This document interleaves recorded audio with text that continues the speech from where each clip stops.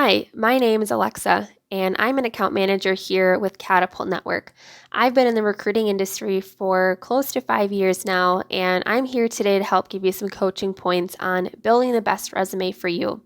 It's easy to quickly put things together, but I think what a lot of people forget is your resume is your first impression to the hiring manager. So you want to make it a good one.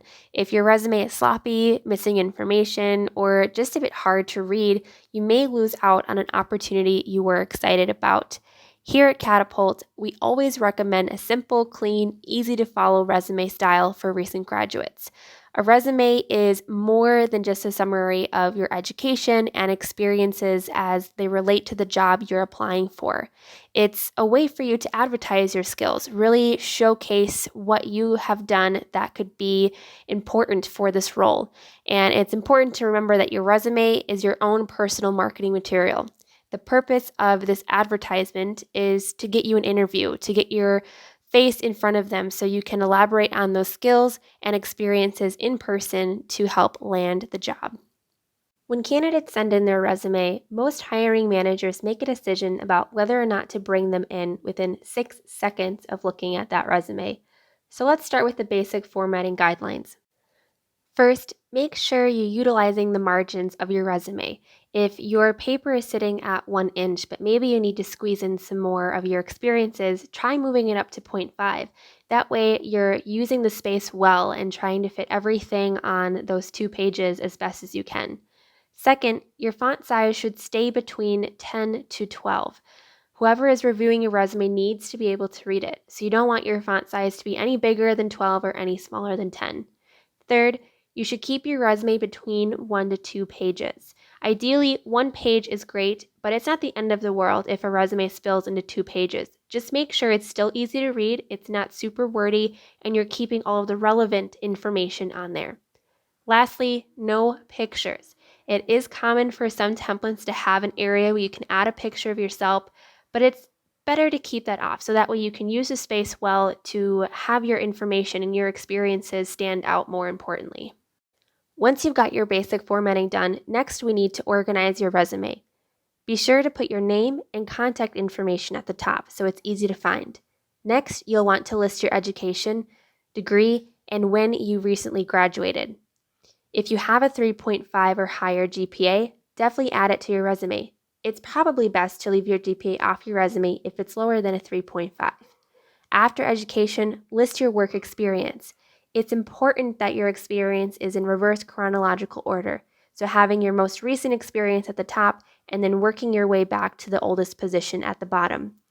After all of that, you're more than welcome to add your volunteer experience, activities, awards, and clubs, but just make sure that it's at the bottom of your resume after your experience. You may have noticed that I didn't talk about where you would include an objective statement or a skills section.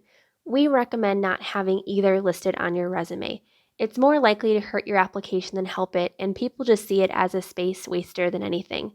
Prove your soft skills through the bullet points in your experiences. You should only have a skills section if there are specific technical skills you need for the role you are applying for.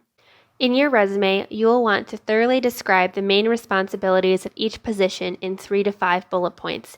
Keep in mind that you want those bullet points to be full sentences and making sure that you list unique tasks and responsibilities from your current position. This will help you set yourself apart from other candidates. For example, if you were a waiter and implemented a new idea, list it.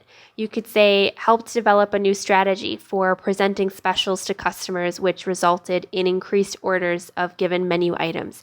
This will show that you went above and beyond your responsibilities. Try to find what will set you apart from others with the same role and really showcasing your skills and abilities. You want to make sure you tailor your resume to each job you are applying for. Identify keywords from the job description and incorporate them into your resume. This shows you have taken the time to read through what they are looking for and the skills needed, and you can identify how you fit into this position. By using keywords in your resume, you will show you understand how your previous experiences have given you transferable skills to use in this potential new role. Incorporating keywords into your resume can also better your chance of making it through an application tracking system that scans your resume for those keywords. While making sure you're using full sentences for your bullet points, you still want to make sure it's short and to the point.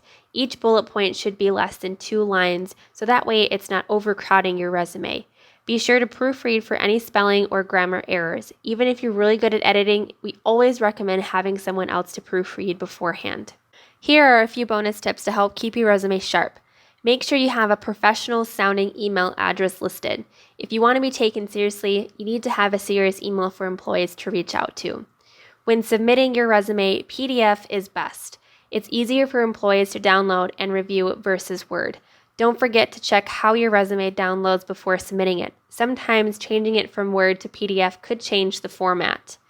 Don't be shy to list your LinkedIn profile as well. If you don't have one, we suggest creating one. It's easy and it's another way to help get your resume and experiences to more employers. And most importantly, don't forget to spell check. It doesn't hurt to check your work more than once. Thanks for following along today. Let us know what tips you've heard about writing a resume, whether it's good, bad, or just plain weird. And tune in next week for more videos on best practices when it comes down to applying for a job. Like and subscribe to our channel so you don't miss out on our next video.